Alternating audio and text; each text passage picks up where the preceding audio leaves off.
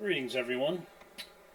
Found myself with a little bit of time in which I would like to do a bit of a breakdown of Dwayne Kellums' 2016 high altitude balloon launch. From the information shown here, he was able to time this right to where he was able to record the incoming sunrise, or light event as I'd like to call it. So, I have slowed down the playback speed of this video to half speed. Tends to be very fast-paced and a little dizzying if you don't take the time to slow it down. So I've gone through this video and I have created some notes. And what I'm going to do is I'm going to select or navigate to certain areas and talk about what we see at each one of them. I'm going to start the video now.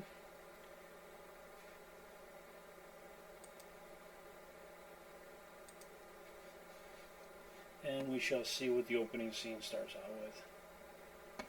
This should be of Dwayne launching the balloon. Oh, come on now.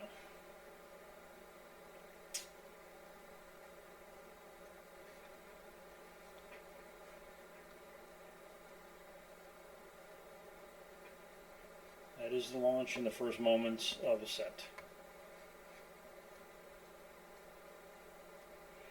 Now there's about 36 minutes until we really start to see anything in the distance. I am going to jump up to about 34 minutes, and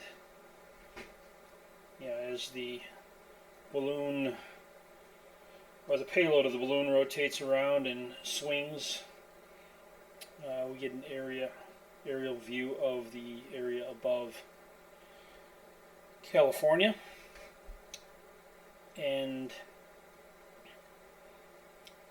in the rotation we're still under the cover of darkness. We have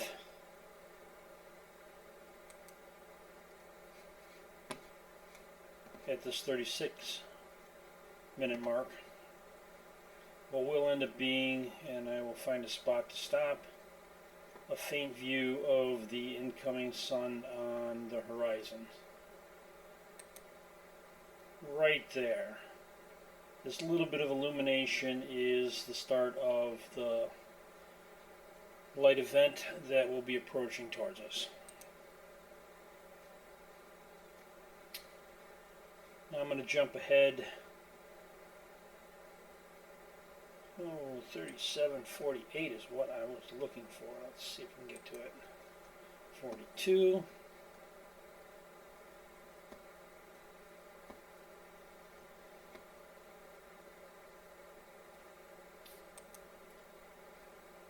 Right there, we start to see the light effects starting to build an arced dome on the horizon. Got a little bit of color separation for the spectrums due to refraction.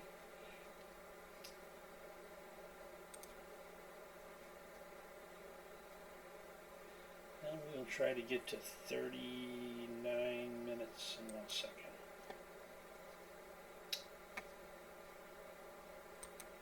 Right there we start to see the dome area is starting to build a little bit in height. We also see a little bit of concavity on the front edge. This indicates that the light would be spreading forward towards us on a curved path. It's just the lead edge of the lighting effect, which would be something we want to continue to note as we continue with the video. How, as the light mass grows in elevation above what our perceived horizon is, how refraction separates the colors, and more importantly how it starts lighting the area that is proximal. Proximal would be that which is closer to the viewer than the horizon. So now let's try to jump to 40 and 4 seconds.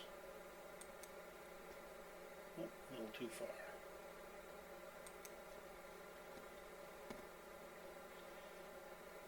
Looking for the timestamp, the 40-minute and 4-second mark. Again, we get hints of the lighting effect when the camera swings to that position.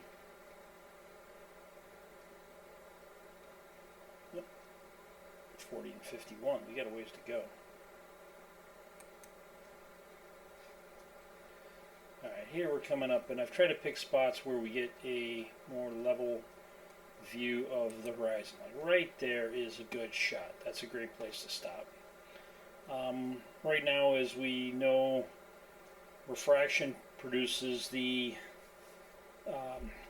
ultraviolet, violet, the colors start separating high to low with the redder hues at the bottom. We will see this more defined as this advances. Again, the red hues start to show more proximal or closer to the camera as far as spreading out across the surface. Um, 41.22. Let's find 41.22.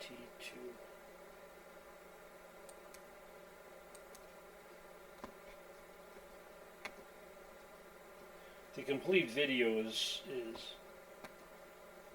incredible to study, but it's again 2 hours and 40 minutes long. And for this presentation, I'd like to keep it at least short enough where it keeps people's attention. I have to come back here in a second. Whoop, back up a little bit.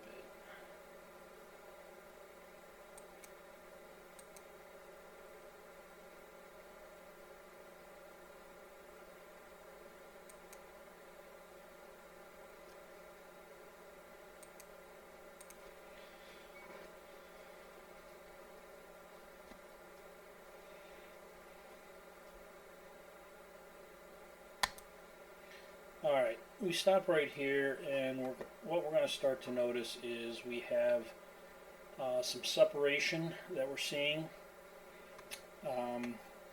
That separation can be cloud cover, and we're seeing the light come in under it, or as we continue on, it can be taller topography. Topography that the lighting event, which is coming in at a low angle, lights the distal or the far side of the mountain from our vantage point, and the other aspect is in the shadows. But again, everybody can draw their own conclusion. I am just giving my opinion on this, but I've taken the time to put it out there.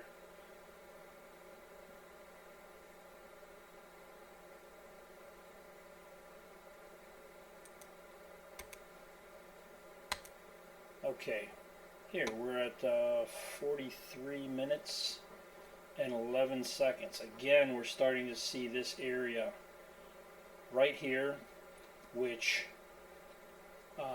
can either be mountainous or it can be clouds that are blocking.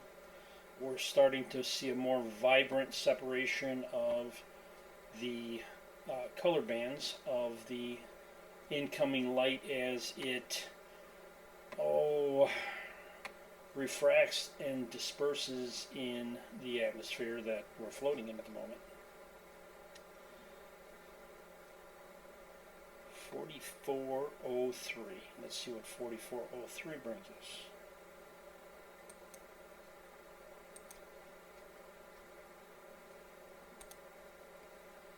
Alright, again, this line here doesn't seem to be going away. My initial thought was clouds, but it can be surface topography, and as we keep on going, it may be more and more clear. We are, again, this lighting effect is coming in as a localized lead edge of a dome shaped of light. It's my interpretation of what this is. And again, we saw the red hues splaying out to the side. Let's jump to 4618 we're trying to get to.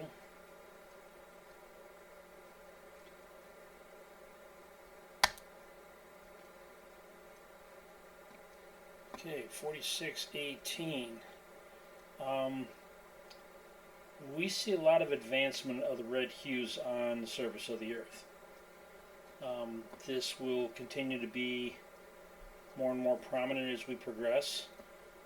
You can decide where you feel the horizon is. That would be the distance at which you... I guess the furthest distance of ground you can see. One of the things that will be pointed out is as this light mass progresses to us, the area that is distal or farther beyond becomes more and more awash with light, and therefore we're not able to see the light coming off those topographical surfaces. But we do continue again to see this big arching dome mass of light that also has a curved lead edge to it as it splays across the ground. And the hues, the first hues that we see in the morning are the red hues, are on the surface area of the ground here. And this area here is still doesn't appear to be a moving cloud front. It seems to be more of a mountainous ridge, in my opinion. 4733 we're trying to get to.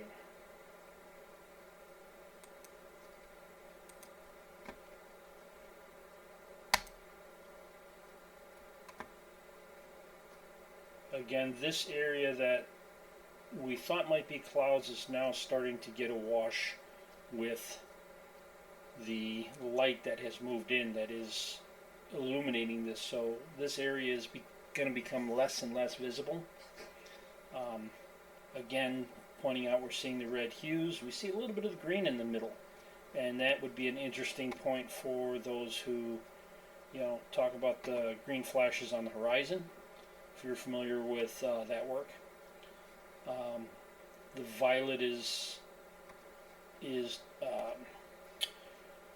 diffracting or scattering in the atmosphere above. This is why we have illumination in the dusk or dawn. We are illuminated long before we have a direct visual path to the sun. This is going to be really the reason for the video too, is that we do just to analyze when we have a direct visual path to the sun. Alright, we want to get next to about 4904. Let's see what we can do here. A little beyond.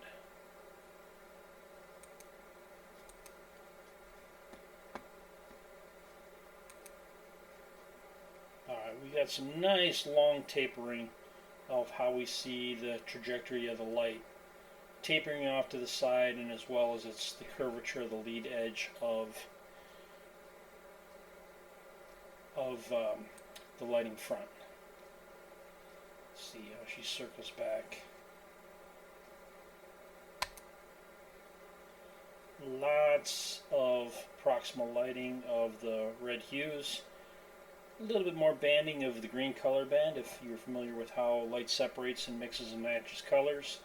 You got your red, green, blue as your typical color wheel.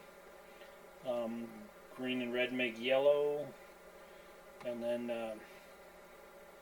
oh, green and blue start going into your purples and your violets. 50:09.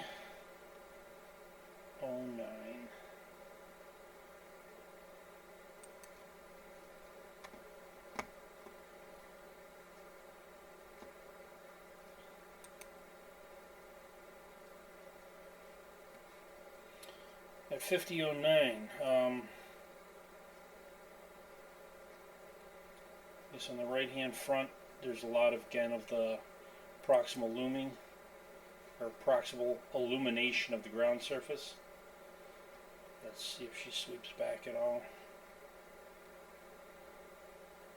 No, we'll jump ahead. Oh, 50:15's coming here. Great shot here. Again, nice domed lighting effect coming in. We got the full spectrum of colors. We're starting to see a lot of irregularities as this gets closer to us, as the light is spilling over into different topographical features. This line here, which originally might have been a cloud cover, that's pretty much more mountainous ridge that's going to start getting washed out as our scenes progress. But we are seeing that this is definitely terrain to a point, and we're seeing illumination. So let's continue. We want to get to 56:23.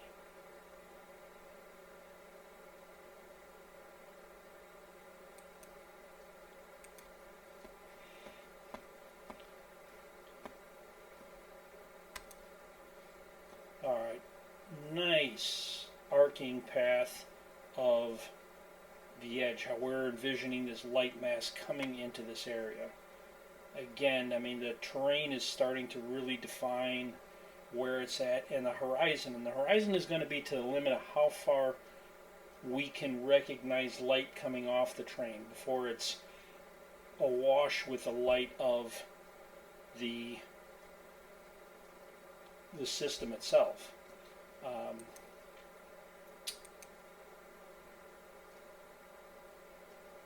Beautiful separation of colors. We're starting to see more of the yellow between the red hues of the morning developing into the yellow, which will get into more of a bright white as we go. Again, we're starting to see splits in the terrain. This could be two different mountain ridges with the light that has spilled over to illuminate the area in between them, and now just beyond this one.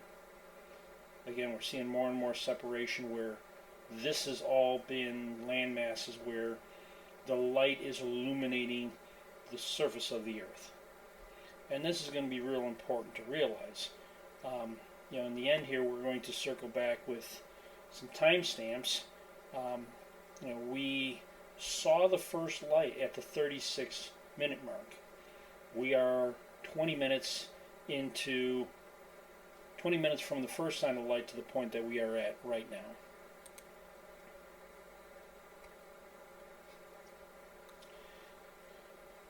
Alright, we are at 56:24. The next one is 59:47.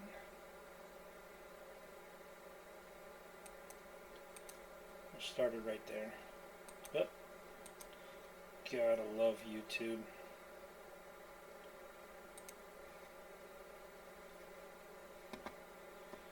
What's happening at 59:47?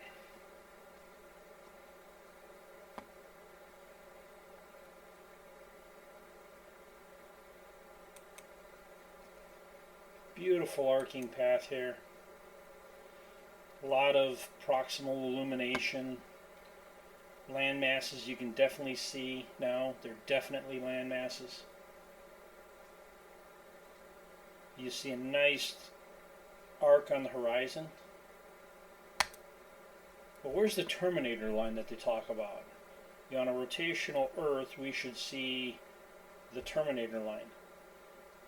I personally am not seeing this here. I see the makings of a different shape of a light mass that is spilling in or coming closer into view. 104.22.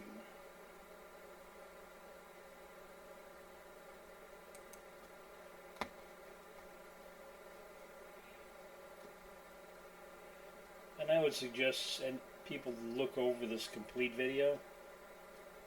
This sunrise is absolutely gorgeous. I mean, it's magnificent when you start, seeing all the colors, how they break down, how the light spills across the surface of our planet, our plane, how it starts to awash areas that are farther beyond.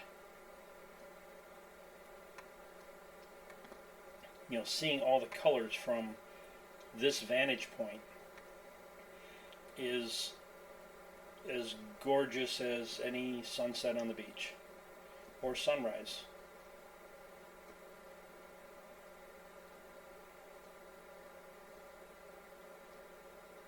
Definitely beautiful. 106.12.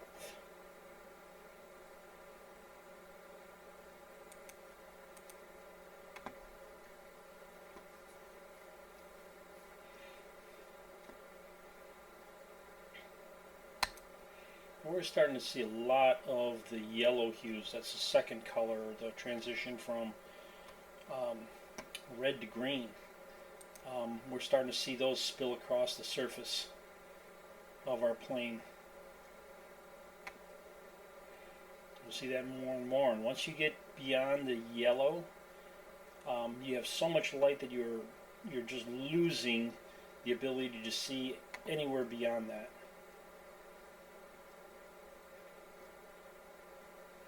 The light is just overpowering to where the reflected light off the surface that we would have to read and interpret is just a wash.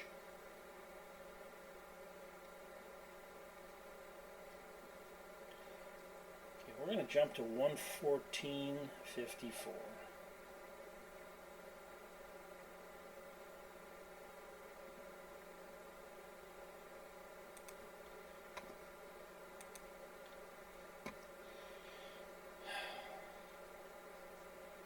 This is at the point where things are getting really dramatic.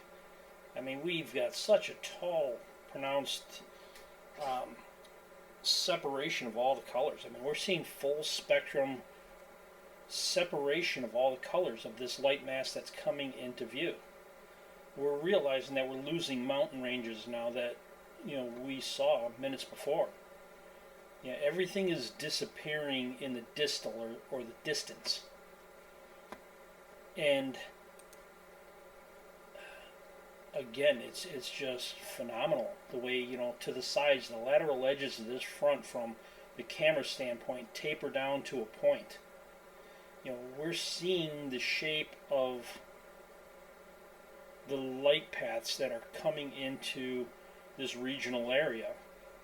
And the lead edge is important to understand, because once it's all upon you, it's so wide and massive you can't appreciate what it is.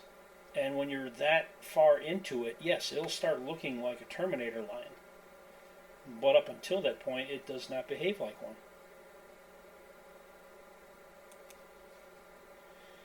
Alright, we're 122.15 we're looking for.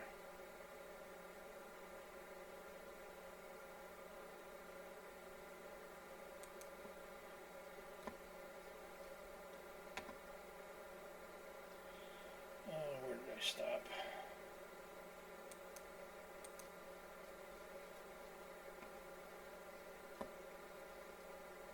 We have enough light where we can really start seeing what is in front of us. We're looking at lakes, we're definitely looking at mountains.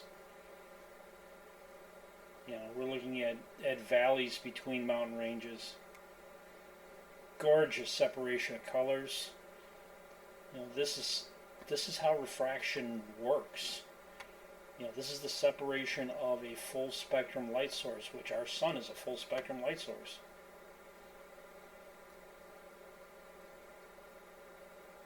And I mean, looking how it's engaging the surface area, all the different colors as it spills towards us. Definitely beautiful. Everything's becoming so vibrant in the colors. I'm going to jump ahead to a spot where we see a lot of what's not lit at the moment. 1:30:09.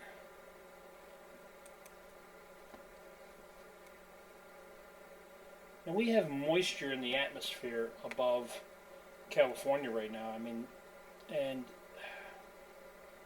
you can see the moisture. You know, it's like a fog or the haze of the morning. And once the sun will start reacting through this, it's refracting through it, so it's scattering and dispersing light everywhere.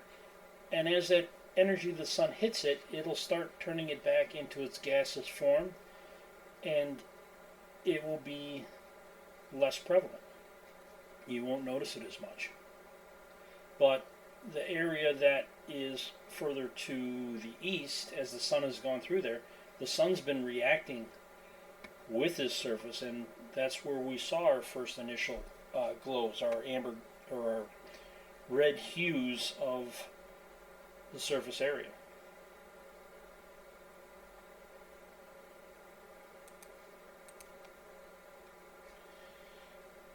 On 33:06.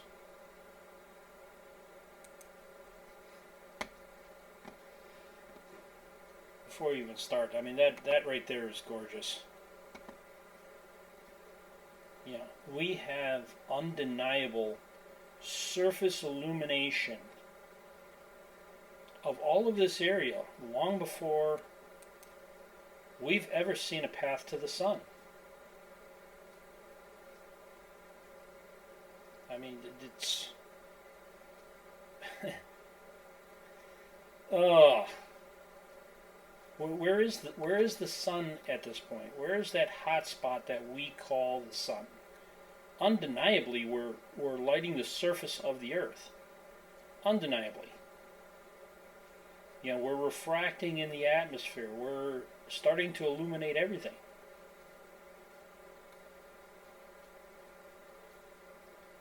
You know, it's an interesting topic, especially with the current conversations I'm having with individuals about clouds being able to illuminate, or the sun being able to illuminate the undersides of clouds. And, you know, I am studying right now in this observation over an hour's worth of the sun coming into this area. You know, additionally, at the first time we saw light at the 36-minute mark, we were at a elevation for the balloon, 35,000 feet. Roughly for every minute of video from a timestamp, we are ascending 1,000 feet. You know, currently, well, we're at 133. We should be at right around 94,000 feet of elevation. Our height, our ascending height, should be rushing us into seeing the sunrise. The alleged rotation should be speeding us up into that magical moment that is the sunrise, or the direct path to the sun. You know, we call sunrise when we visually see a path in our own perception of the sun. That is the sunrise. Where are we at now? 1:40:35.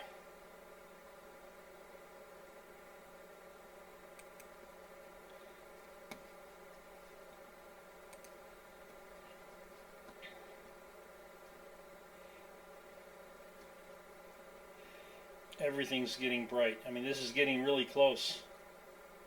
I mean, we take a look out in the higher atmosphere around us, how the violets are coming into play.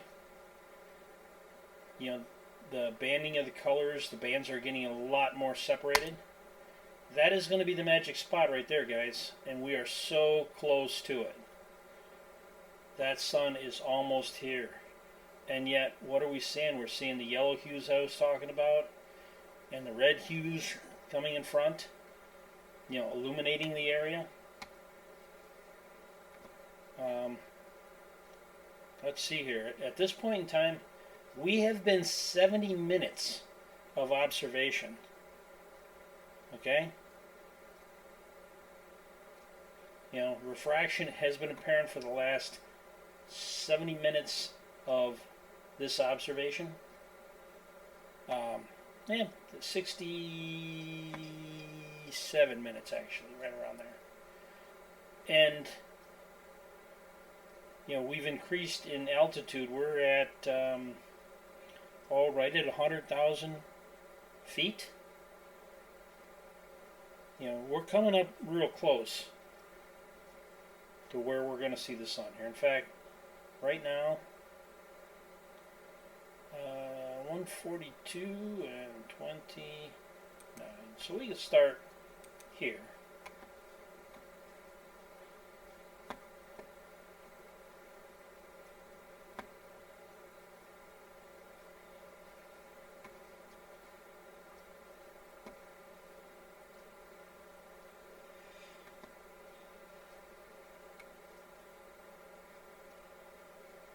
Look at how everything has become white. I mean, once you're into the full spectrum of colors, you have it all. You're seeing the white, you're seeing the daylight. But you got to understand how light is actually coming in. And there's our boy right there. That is the sunrise. You know, the sunrise has happened 67 minutes after the first perception of light on the horizon. We have ascended 80,000 feet from that point in time. And it has taken us 67 minutes to get to this point. Yeah, I mean, think about that. I mean, that is 67 minutes. That's 15 degrees, just beyond 15 degrees of spherical rotation that we would have to experience into a light source, and for it to behave in that capacity. 67 minutes of rotation.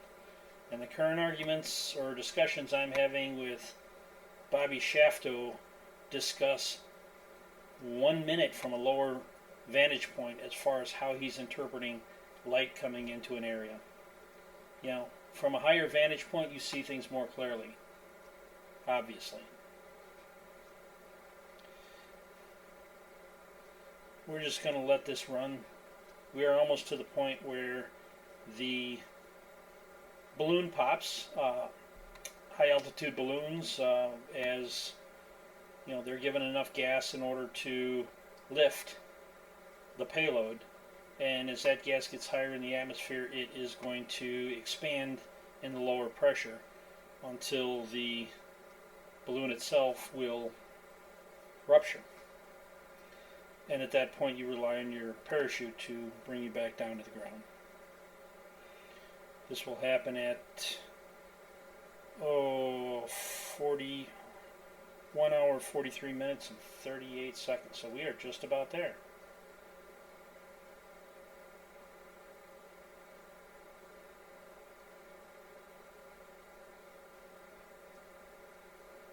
But that is phenomenal. Truly amazing. This balloon reached 113,000 feet. Just under 113,000. And it has shown us how light spills into our area, how that light source works. But the balloon just popped. And until the parachute levels everything out, we will not see anything that is discernible.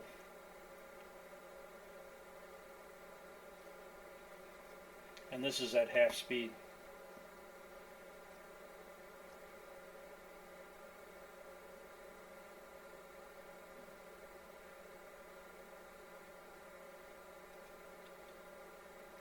We'll jump ahead. These are just some random views of the descent. We'll get to another point at the tail end as we're coming in for a landing. This balloon was in the air 2 hours and 40 minutes. At the 2 hour and 40 minute mark, it hangs up in the trees and in this neighborhood it's descending into. The balloon was launched in the two locations and took almost a due north path from where it was launched.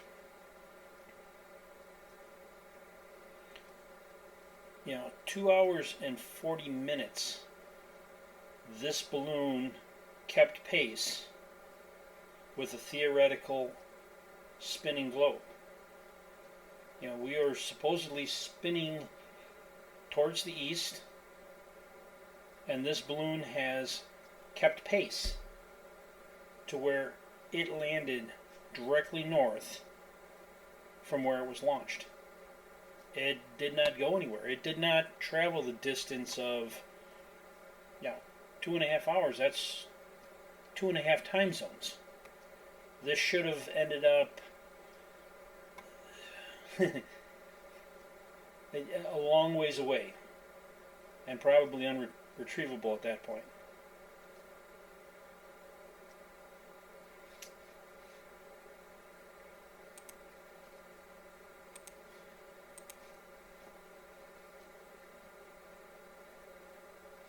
Alright, well, this presentation gives people an idea from a different vantage point as to how the sun illuminates. I personally think this, totally destroys the concept of a sun being below a spherical horizon, illuminating the undersides of clouds. The clouds are subjective; they're thin. How light moves through the clouds is subjective. The videos that I've been seeing, the clouds I've been looking at in my localized area, you have to realize that the light is shining at sometimes at a lower angle through the clouds that are beyond, or through the face of the cloud that's beyond, and working its way through the cloud and illuminating the bottom if it can. But that would be the end of this video.